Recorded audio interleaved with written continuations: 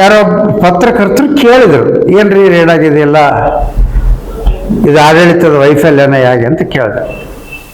ಕಳ್ರಿ ಶಾಸಕ ಹೇಳ್ತಾನ, ಕಳ್ರು ಕಳು ಮಾಡ್ತಾರ, ಅವ್ರು ಕಳ್ರೇನು ಹೇಳಿ ಕೇಳಿ ಬರ್ತಾರನ? ಏನು ಮನಿ ಕಳು ಮಾಡ್ತಾರಲ್ಲ ಅವ್ರಿಗೆ ಕಳ್ರ ಅಂತಾರ. ಅವ್ರು ಹೇಳಿ ಕೇಳಿ ಬರೋದಲ್ಲ, ಬಾಗಿಲು ಹಾಕಿದ್ದು ಮುರಿದ ಕಾಸಿ ಕಳು ಮಾಡ್ಕೊಂಡು ಹೋಗ್ತಾರೆ, ಅವ್ರಿಗೆ ಕಳ್ರ ಅಂತಾರೆ, ಒಪ್ತಾರೆ. ಇದು ಹಗಲು ರಾತ್ರಿ ಕಳು ಮಾಡ್ತಾರಲ್ಲ, ಕಳ್ರು ಯಾರ ಮಕ್ಳು ಅದಾರ? ಆ ಕಳ್ರು ಶಾಸಕನ ಮನೆಯಲ್ಲೇ ಅದಾರ, ಶಾಸಕನ ಪಕ್ಕದಲ್ಲೇ ಇರ್ತಾರ. ಏನು ಈ ಮರಳು ಮಾಫಿಯಾ, ಹುನಗುಂದ್ ಮರಳು ಮಾಫಿಯಾ ಗ್ಯಾಂಗಿನ ನರಗುಂದ್ ಮಾಂತೇಶ್ ಎಲ್ಲಿರ್ತಾನ? ಆತ ಕಳು ಮಾಡಿ ಯಾರಿಗೆ ಕೊಡ್ತಾನ? ಯಾರಿಗೆ ಮುಟ್ಟುತ್ತದು? ಸುದ್ದಿಗಾರರ ಮುಂದೆ ಹೇಳ್ತಾನ, ಕಳ್ರಿ ಕಳು ಮಾಡ್ತಾರ, ಯಾರಿಗೆ ಹೇಳಿ ಬರ್ತಾರ ಕೇಳಿ ಬರ್ತಾರ ಅಂತ. ಕಳು ಮಾಡಕ್ ಹಚ್ಚಿದವ ನೀನು, ಕಳ್ರು ಬರ್ತಾರಂತೇಳಿ ಯಾರಿಗೆ ಉತ್ತರ ಕೊಡ್ತಕ್ಕಂಥದ್ದು. ಏನ್ ತನಗೇನ್ ಸಂಬಂಧ ಇಲ್ಲ, ಬರೀ ಸಾಚಾ ಅನ್ನೋದಿಲ್ಸ್. ಯಾರ ಕೇಳಿದ್ರಿಲ್ಲ, ಏನು ದೂರ ಕೊಟ್ಟಲ್ಲ, ಮತ್ತೆ ಲೋಕಾಯುಕ್ತರು ಬಂದಿತ್ತು, ಅವ್ರಂತ ಹಂಗ ಬಂದಿಲ್ಲಲ್ಲ. ನೋಡಿ ಇಲ್ಲಿ ಈ ಕ್ಷೇತ್ರದಲ್ಲಿ ಯಾವ ರೀತಿ ದುರಾಡಳಿತ ನಡೆದಕ್ಕೆ ಅನ್ನೋದಕ್ಕೆ ಒಂದು ಉದಾಹರಣೆ. ಕಳೆದ 42 ದಿವಸದಿಂದ ಇದ್ದಲಿಗಿ ಹಾಗೂ 10 ಗ್ರಾಮಗಳು ಸಂತ್ರಸ್ತರು, ಮುಳುಗಡೆ ಸಂತ್ರಸ್ತರು, ನಮಗೆ ಮೂಲಭೂತ ಸೌಲಭ್ಯಗಳಿಲ್ಲ, ಕರೆಂಟ್ ಇಲ್ಲ, ನೀರಿಲ್ಲ, ಆಮೇಲೆ ಇರತಕ್ಕಂಥ ಶೆಡ್ಗಳನ್ನು ರಿಪೇರಿ ಮಾಡಿ ಕೊಡ್ರಿ ಅಂತೇಳಿ 42 ದಿವಸದಿಂದ ಇವತ್ತಿಗೆ 42ನೇ ದಿವಸ.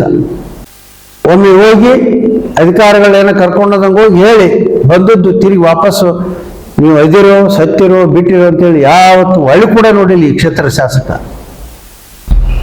ಈ ಶಾಸಕನಿಗೆ ಬೇಕಾಗಿರ್ತಕ್ಕಂಥದ್ದು ಏನಪ್ಪ ಅಂದ್ರೆ ಹಣ ಮತ್ತು ಅಧಿಕಾರ. ಅದನ್ನು ಬಿಟ್ರೆ ಯಾವ ಸಾರ್ವಜನಿಕರ ಬೇಡಿಕೆಗಳಿಗೆ ಸ್ಪಂದನೆ ಮಾಡ್ತಕ್ಕಂಥ ಕೆಲಸವನ್ನ ಮಾಡ್ತಾ ಇಲ್ಲ. ಒಂಥರ ಹಿಟ್ಲರ್ ರಾಜಕಾರಣವನ್ನ, ರಾಜ್ಯದ ಹಿಟ್ಲರ್ನ ಮಾದರಿಯಲ್ಲಿ ಒಂದು ಈ ಹುನಗುಂದ ತಾಲೂಕಿನ ವ್ಯವಸ್ಥೆಯನ್ನ ಮಾಡ್ಲಿಕ್ಕೆ ಹೊರಟಿದ್ದಾನೆ. ಅದಕ್ಕೆ ಅವಕಾಶ ಕೊಡೋದಿಲ್ಲ ಅನ್ನೋ ಒಂದು ಎಚ್ಚರಿಕೆಯನ್ನು ಕೂಡ ಈ ಸಂದರ್ಭದಲ್ಲಿ ಕೊಡ್ಲಿಕ್ಕೆ ಬಯಸ್ತೇನೆ. ಕ್ಷೇತ್ರ ಜನತೆ ಈಗಾಗಲೇ ರೋಷ ಹೋಗಿದ್ದಾರೆ.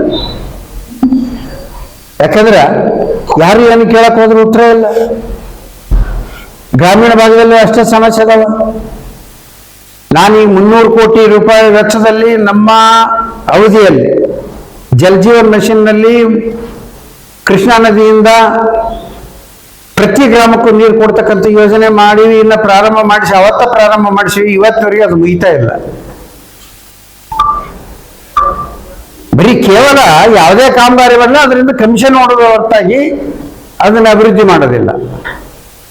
ಇಲ್ಲ ನಿಮ್ಮ ಕಣ್ಣೆದುರಿಗಿದೆ ಈ ನೀರಿನ ಸಮಸ್ಯೆ ಎಲ್ಲೋ ಮುಗಿದು ಹೋಗ್ತದೆ.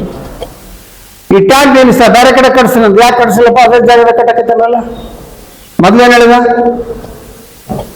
ದೊಡ್ಡ ನೋಡಿ ಬುದ್ಧಿ ಇಲ್ಲ ಅಲ್ಲಿ ಕಟ್ಟೇನಂತ. ಈಗ ನಿನಗೆ ಬುದ್ಧಿ ಎಲ್ಲಿ ಹೋಗಿತ್ತೆ?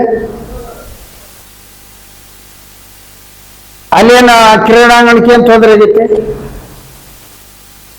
ಕ್ರೀಡಾಂಗಣಕ್ಕೂ ಯಾವುದೇ ರೀತಿ ತೊಂದರೆ ಆಗಲಾರ್ದಂಗನ ಅಲ್ಲೇ ಟ್ಯಾಂಕ್ ಕಟ್ಟಿದ್ವಿ. ಟ್ಯಾಂಕ್ ಯಾಕೆ ಬಂದ್ ಮಾಡಿದ್ವಿ? ಟ್ಯಾಂಕ್ ನೀವು ಬಂದ್ ಮಾಡಿಸಿದ್ದೆ ಅದಕ್ಕೆ ಕಮಿಷನ್ಗೋಸ್ಕರ. ಕಮಿಷನ್ ಬಂದ ಮೇಲೆ ಪ್ರಾರಂಭ. ಇದು ಈ ಕ್ಷೇತ್ರದಲ್ಲಿ ನಡೆದಿರ್ತಕ್ಕಂಥದ್ದು. ಆದ್ರಿಂದ ಜನರಿಗೋಸ್ಕರ ಇರ್ತಕ್ಕಂಥ ಶಾಸಕನನ್ನ ಆಯ್ಕೆ ಮಾಡಬೇಕಾಗಿತ್ತು. ಆದ್ರೆ ತಪ್ಪಿ ತನ್ನ ಸ್ವಾರ್ಥಕ್ಕಾಗಿ ಕೆಲಸ ಮಾಡ್ತಕ್ಕಂಥ ಶಾಸಕನ ಆಯ್ಕೆ ಈ ಕ್ಷೇತ್ರದಲ್ಲಿ ಆಗಿದೆ.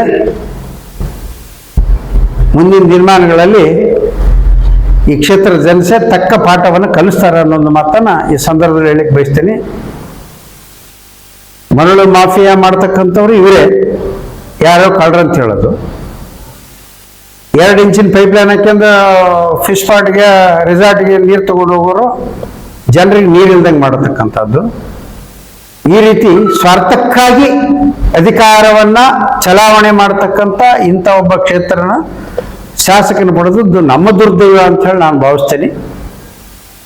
ಯಾಕಂದ್ರೆ ಯಾವತ್ತೂ ಕೂಡ ಒಬ್ಬ ಶಾಸಕ ಆದವನು ಸಾರ್ವಜನಿಕರ ಕುಂದುಕೊರತೆಗಳಿಗೆ ಸ್ಪಂದನೆ ಮಾಡಬೇಕು. ಇಲ್ಲಿ ನೀರು ಕೇಳಿದ್ರೆ ಕೇಸ್ ಹಾಕ್ಸ್ತಾನ, ಅಲ್ಲಿ 42 ದಿವಸ ಆತವ್ರು ಕುಂತು ಅವ್ರಿಗೆ ಒಂದು ಸಮರ್ಪಕವಾದ ಉತ್ತರ ಕೊಟ್ಟಿಲ್ಲ, ಆ ಸಮಸ್ಯೆ ಬಗೆಹರಿಸಿಲ್ಲ ಇವತ್ತಿನವರೆಗೂ.